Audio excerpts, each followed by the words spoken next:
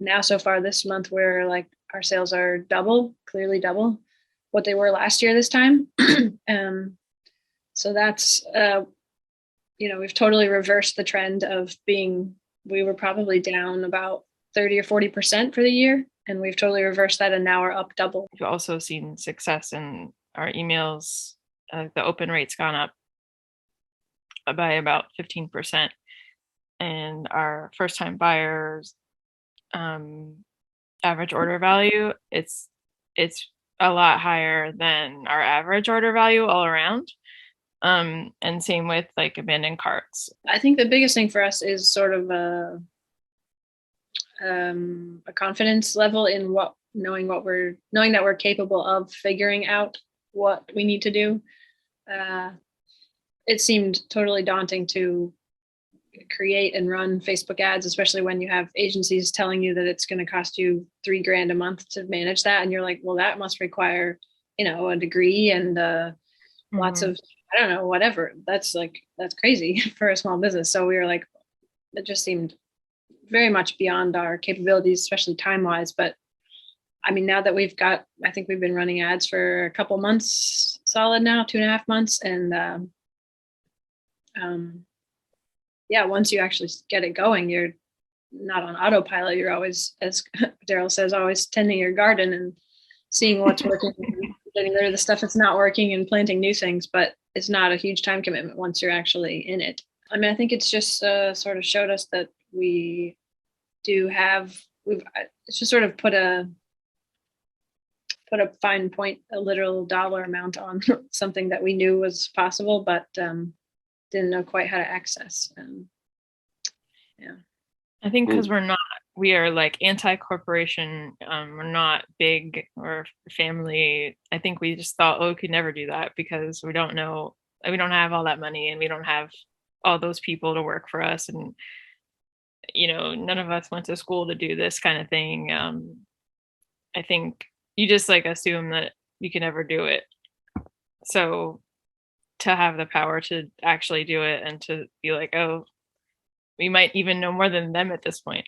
And I think before it was just too overwhelming because we have so many different products that are not, some of them are not in all different categories. And I think it was hard to know what exactly the one thing, as he says, that you should, put your attention to. And that spoke to us because it made it more palatable. And then obviously in doing the program, we've seen that really works. I mean, you get emails from all kinds of marketing companies saying they're the ticket. And especially someone a small business person just knows that they're the only ones that are going to know their business. So I guess that was the big appeal with your program, was it spoke to our style of business running, which was not too much focused on the business side. And that was the push we needed, I think. Sometimes it felt like they didn't actually understand our business, or it was just, they were just kind of going through the motions, being very robotic about it all. And we didn't really know what they were doing. And they didn't really know what we were doing. I think it's just a lack of transparency and a lack of control. I mean, we just had nothing but what the number was. They showed us once a month, and then you just pay them, and that was it. And that's probably pretty standard, I would think. And we were looking into other agencies that also did Facebook ads when we found you all, and it was a similar story. Even there were a couple even that sort of seemed like they would understand us a little bit better, but again, it was first of all, they required a huge ad spend out the gate that we weren't prepared for, and they charge a huge percentage. So that's a big downside for any small business.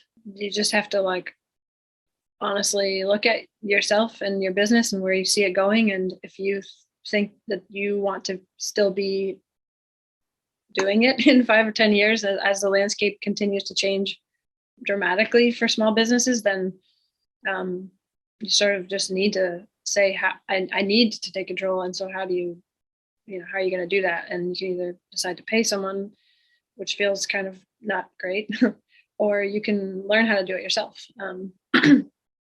So I think the tools are out there, and you guys show people how to use them. So I also think it can be overwhelming to say like I'm going to take on something new in addition to what I'm doing already. How would it possibly fit into my day?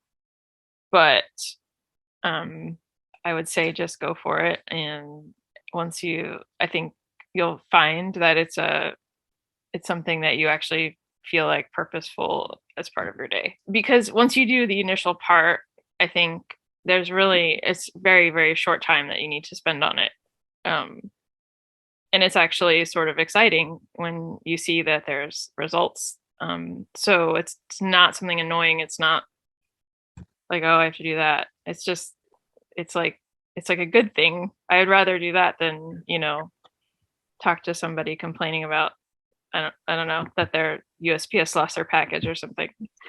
Um, those things become less meaningful, honestly. Like focusing on what is effective to actually grow your business. Because at the end of the Right. day, that's what we're trying to do is get fair trade products in more hands, in more households. And so this program totally fits that whole thing where our offer is a product that, we always thought we needed to drive home the ethical and sustainable aspects, but really it's a great product that serves a need that people have. And then they get the follow up of, oh, this is actually a great product that has, is sustainable and made by women and is ethically made. You can hop on a call and talk to Daryl, and he really it's very easy for him to grasp what you're trying to do very quickly. People might be like, well, you're in this and all these other people are in this. How can one person, do all that? But he's somehow has managed to figure that out. People call businesses their babies or just things like that. I think you would obviously want to care for it the same way that you actually would a baby, and like let someone else help